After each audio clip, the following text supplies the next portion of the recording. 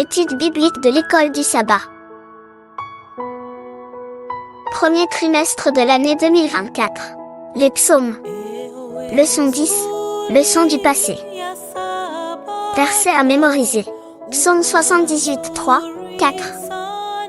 Ce que nous avons entendu, ce que nous savons, ce que nos pères nous ont raconté, nous ne le cacherons point à leurs enfants, nous dirons à la génération future les louanges de l'Éternel, et sa puissance, et les prodiges qu'il a opérés.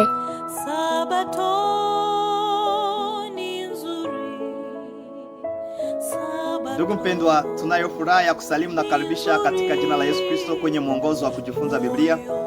Tukukaribishe kwenye somo la 10 na kichwa kizuri kinachosema mafundisho ya zamani ama leçon du passé. Mafundisho ya zamani ama leçon du passé. Ni hapo ndipo tunakuwa leo tukichambua kwa somo hii.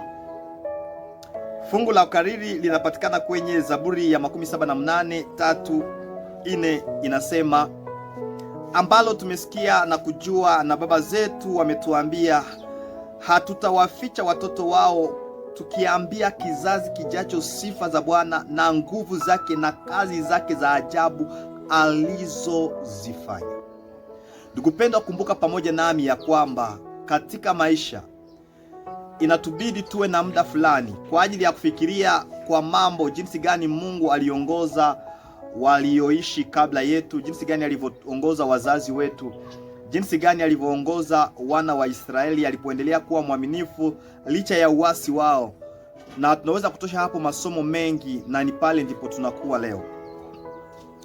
Hivi zaburi za kihistoria zinatuambia matukio makuu katika historia ya watu wa Israeli, na wanazingatia hasa jinsi Mungu alivyowaongoza kutoka Misri mpaka huko Kanaani. Hawatuambii tu hapa hadithi ya kusisimua, lakini ukweli halisi. Watu walikuwa waasi kwa Mungu, lakini Mungu aliwasamehe mara kwa mara, na kila wakati alitenda kwa niaba yao. Licha ya uasi wao wote, aliwafanya waishi salama huko Kanaani, kwa sababu yeye ni mwingi wa rehema. Hivi katika historia kinaweza kutupatia matumaini ya kwamba hata watu wawe waovu namna gani, waasi namna gani, mara wanapojitambua na kumrudilia Yesu, Yesu anaendelea kuwashughulikia na anaendelea kuwa Mungu wao. Historia ya watu wa Mungu inaonyesha kwamba hakuna ahadi ambayo Mungu alitoa asiyoitekeleza. Kila ahadi ambazo Mungu alikuwa anazitoa hakika zilitekelezwa katika historia. Akikuahidia kitu leo, wewe pia kinaweza kutekelezwa. Usiwe na mashaka yoyote. Siku ya kwanza kuna somo nzuri linalosema uaminifu wa Bwana usiozuilika. La fidélité inébranlable de l'Éternel. Donc uaminifu wa Bwana usiozuilika. Maana unaposoma kwenye Zaburi ya 78 utagundua ya kwamba katika vipindi vyote vya maisha, kwenye historia ya wana wa Israeli kutoka Misri kuelekea Kanaani, walikuwa waasi, lakini yeye akaendelea kuwa mwaminifu. Kwa amri ya Daudi, Asaf alichagua kutoka miongoni mwa Walawi kuwa mkurugenzi wa kwaya, na akaiongoza hiyo kwaya vizuri sana. Ndio maana sasa kwenye Zaburi ya 78 Asaf anakumbuka historia ya kutoka utumwani hadi siku za Daudi.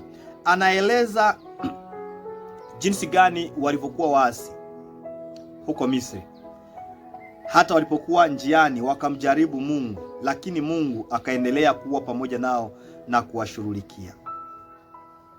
Lakini waliendelea kumtenda dhambi. Hiyo ni Zaburi ya 78:17. Lakini waliendelea kumtenda dhambi, wakimwasi yeye aliye juu nyikani. Hawakuwa waaminifu kwa Mungu. Walisema Mungu hataweza kuwapatia maji, walisema hataweza kuwapatia chakula. Walikuwa waasi, lakini licha ya uasi wao Mungu aliendelea kuwashughulikia. Na tunaweza kumtumainia Mungu katika vipindi vyote vya maisha. Somo nyingine hapa ya siku ya pili inasema kuikumbuka historia na sifa za Mungu. Kuikumbuka historia na sifa za Mungu, na tunakuwa hapa kwenye Zaburi ya 105:1. Katika hii Zaburi ya 105 hakuna kutajwa kwa makosa ya kibinadamu. Kwenye ya 77:8 pale ndipo wanataja makosa ya wana wa Israeli katika historia, lakini kwenye 105 hawataji makosa yao. Utendaji wa miujiza wa Mungu umeinuliwa kutoka kwa ahadi iliyotolewa kwa Ibrahimu kurithi Kanani hadi uaminifu wake. Hivi hapo utaona kwamba kwenye somo hili alionyesha kwamba Mungu alifanya agano na Ibrahimu na Isaka na Yakobo, na hakika ikatimia. Akawalinda hata walipokuwa wadhaifu. Mungu akaendelea kuwalinda na akawaokoa wale wana wa Israeli, akawapatia chakula wakati akatumikisha Yusufu walipofika Misri kwa sababu ya njaa. Njaa ilikuwa imekuwa kubwa huko Kanani, na walipofika Misri Mungu akawabariki na chakula kupitia Yusufu. Na walipokuwa hata watumwa akamtuma Musa kwa ajili ya kuenda kuwakomboa, kwa sababu yeye ni mwingi wa rehema. Hivi katika historia ya wana Israeli tutaona uasi wao mwingi sana, lakini uaminifu wa Mungu na rehema zake ambazo ni nyingi sana kuliko dhambi ambazo wale waliofanya. Kila mara walipokuwa wakifanya dhambi, neema ya Mungu ilikuwa inaendelea kuwavika. Hapa kukumbuka historia kuna kusudi fulani, kwa sababu tunapokumbuka historia tunaweza kumsifu Mungu kikamilifu. Unapojua yale ambayo Mungu alifanya katika siku zilizopita, kitakusukuma kumsifu Mungu kwa kweli. Mwimbaji ambaye anajua mema ambayo Mungu alimfanyizia atatunga nyimbo ya sifa hakika. Mtu atakapoomba Mungu, anapojua yale ambayo Mungu alimfanyizia katika siku zilizopita, hakika atamsifu Mungu kwa kweli. Ni lazima tujifunze historia ili tuweze kumpatia Mungu ibada na sifa ya kweli. Kwa sababu tunapojua historia tunaweza kumsifu Mungu na kuzungumza juu ya maajabu yake.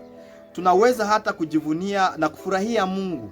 Tunaweza kumtafuta Mungu, tunaweza kufahamu hukumu za Mungu, na tunazishika hata amri zake kwa sababu ya mema aliyofanya katika siku zilizopita. Tuende kwenye somo ya siku ya 3 inayosema kuikumbuka historia na toba. Kuikumbuka historia na toba. Hapa tunakuwa kwenye Zaburi ya 106. Na kwenye Zaburi ya 106 wanatuonyesha, mtunga Zaburi anatuonyesha mambo mengi ya wana wa Israeli, uasi wao mwingi, lakini kwa wakati fulani walitubu. Okay? Walipotubu, kila mara walipokuwa wakifanya dhambi, Mungu anawalipiza, kwa sababu hakuna dhambi ambayo haiwezi kupata matokeo. Kila dhambi ina matokeo yake. Lakini mara walipokuwa wanatubu, wanamrudilia Mungu, Mungu alikuwa anawasamehe. Ndio maana kwenye Zaburi ya 106:6 na 8 nasema, tumetenda dhambi kama baba zetu walivyofanya, tumetenda mabaya na kutenda maovu. Hata hivyo aliwaokoa kwa ajili ya jina lake, ili nguvu zake kuu zijulikane.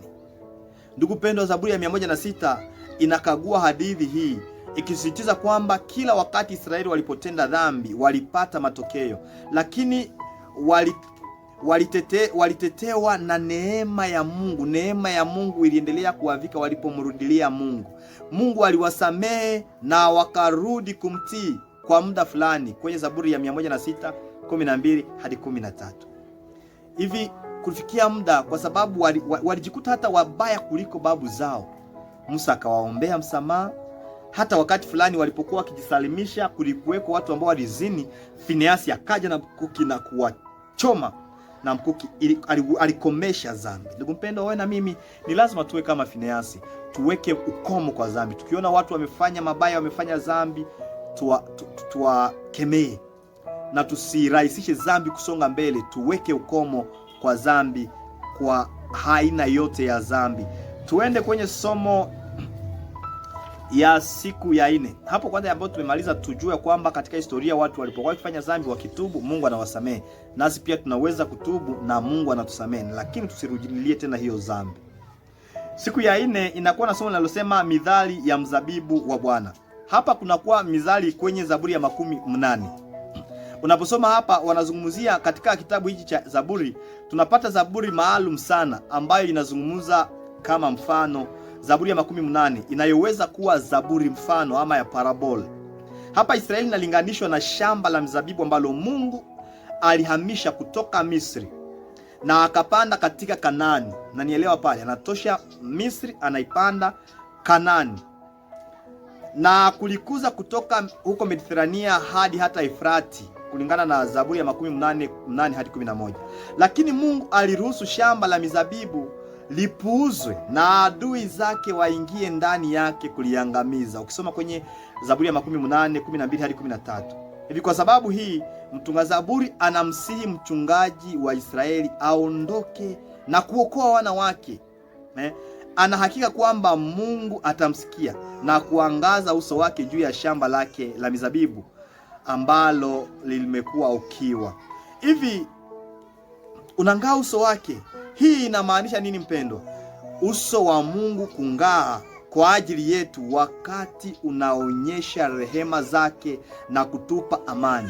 Wakati shamba lake mwenyewe ambalo amelipanda kutoka Misri kulipeleka Kanani, wakati limezuiliwa na shetani na muovu, limeharibika, linapoungama na kumrudilia Yesu, Mungu anang'aa, neema yake inaendelea kutuvika. Hivi mpendwa, hakuna jambo njema ambalo tunaweza kulifanya ili tupate wokovu.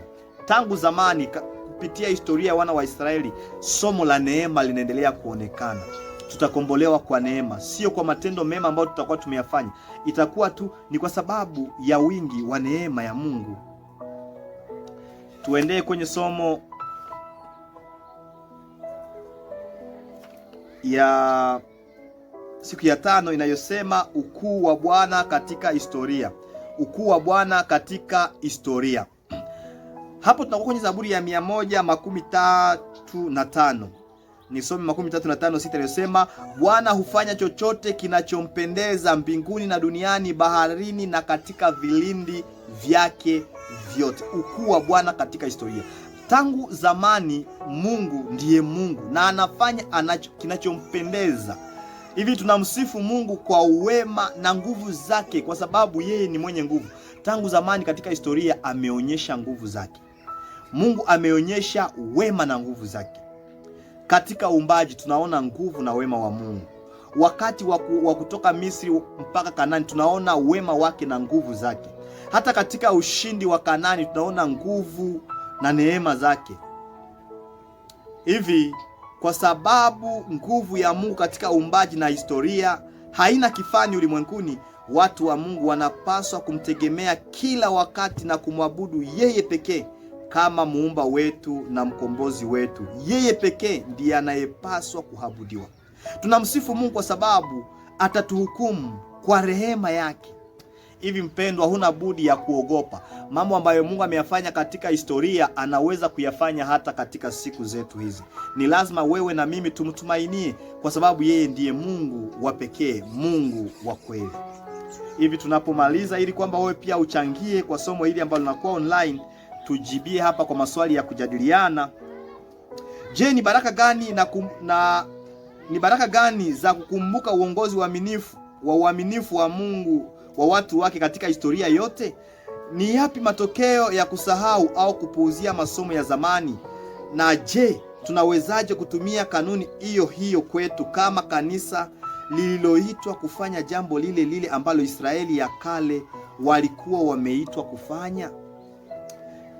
Swali la pili, je, Zaburi inatuhimizaje kutambua utunzaji wa Mungu katika maisha yetu na kuwa na subira na imani katika njia kuu za Mungu, hata wakati si rahisi kuelewa ni kwa nini mambo yanaendeka jinsi yalivyo? Swali lingine, tunawezaje kufanya somo la historia ya watu wa Mungu kuwa maarufu zaidi katika ibada zetu za kibinafsi na za jumuiya? Je, tunawezaje kuwa na makusudi zaidi katika kuwaambia watoto wetu kuhusu historia hivi karibuni zaidi ya watu wa Mungu? Basi Mungu akusaidie nami anisaidie tuweze kujifunza mengi kuhusu historia, kwa sababu kushughulika kwa Mungu na watu wake kunapaswa kurudiliwa mara nyingi. Hivi ni mara ngapi alama za njia zilizowekwa na Bwana katika shughuli zake na Israeli la kale? Wasije wakasahau historia ya zamani. Alimuamuru Mungu kuweka matukio haya katika wimbo ili wazazi waweze kuwafundisha watoto wao, kwa maana watu wake walikuwa kizazi hiki. Bwana amefanya kama Mungu wa ajabu. Historia ya zamani ya kazi ya Mungu inahitaji kuletwa mara nyingi mbele ya watu. Vijana na wazee lazima wajifunze tena yale ambayo Mungu alifanya katika historia. Tunahitaji mara nyingi kusimulia wema wa Mungu na kumsifu kwa kazi zake za ajabu. Hiyo ni Ellen G. White kwenye Testimonies for the Church, volume 6, page 364. Tuombe. Tunakushukuru Yesu Kristo kwa sababu umetuonyesha wema na rehema zako katika historia, jinsi gani ulivyolinda wana wako, jinsi gani ulivyokuwa mwaminifu licha ya uovu wao. Endelea kutupatia matumaini na tuwafundishe watoto wetu mema ambayo umeyafanya katika siku zilizopita, katika jina la Yesu Kristo, amina. Ndugu, usikose kujibia kwa maswali 3 zile ambazo tumetoa. Uweke jibu kwenye comment na usikose kusubscribe, kulike na kushare kwa watu wengine. Karibuni.